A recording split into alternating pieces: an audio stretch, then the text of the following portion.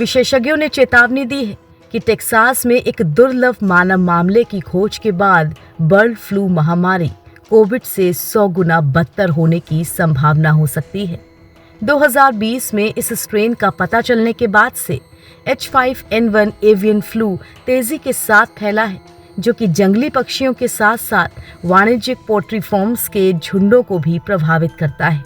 लेकिन अब ये मानव में भी पाया गया है।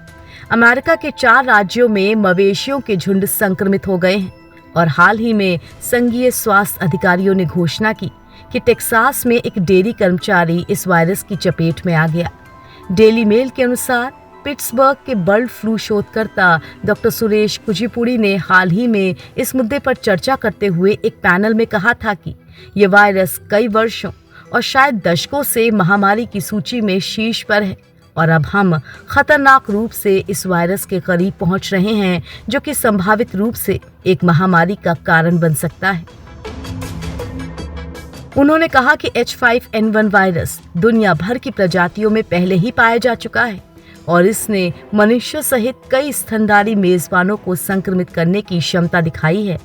वैज्ञानिक ने आगे कहा, तो इसलिए मेरे विचार से मुझे लगता है कि ये एक ऐसा वायरस है जिसका सबसे बड़ा महामारी खतरा है, जो कि स्पष्ट रूप से और विश्व स्तर पर मौजूद है।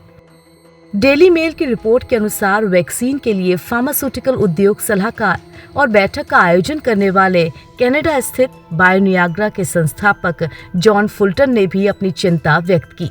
उन्होंने कहा, ऐसा प्रतीत होता है कि ये COVID से 100 गुना बदतर है, या ये तब हो सकता है जब ये उत्परिवर्तन करता है और अपनी उच्च मृत्यु दर को बनाए रखता है।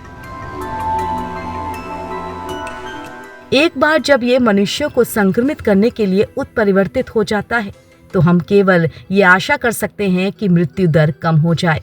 नवंबर 2022 में पेरू के अधिकारियों द्वारा बर्ड फ्लू का पहला मामला दर्ज किए जाने के बाद मृत पेलिकन कैमाना नदी के तट पर पड़े थे। विश्व स्वास्थ्य संगठन के अनुसार 2003 से H5N1 से संक्रमित होने वाले लगभग 52% मनुष्यों की मृत्यु हो चुकी है।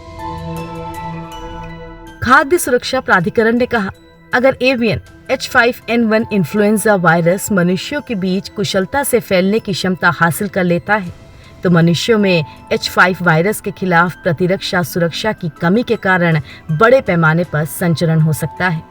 संयुक्त राष्ट्र अमेरिका पहले से ही वायरस के लिए टीका बनाने के लिए उपयोग किए जाने वाले घटकों का परीक्षण कर रहा है। तुलना के लिए कोविड वर्तमान में संक्रमित लोगों में से 0.1% से भी कम लोगों को मारता है। हालांकि महामारी की शुरुआत में मृत्यु दर लगभग 20% थी। बर्ड फ्लू के लक्षण अन्य फ्लू के समान ही होते हैं, जिसमें खांसी, शरीर में दर्द और बुखार शामिल है। कुछ लोगों में ध्यान देने योग्य लक्षण विकसित नहीं हो सकते हैं, लेकिन अन्य लोगों में गंभीर जीवन घातक निमोनिया विकसित हो सकता है।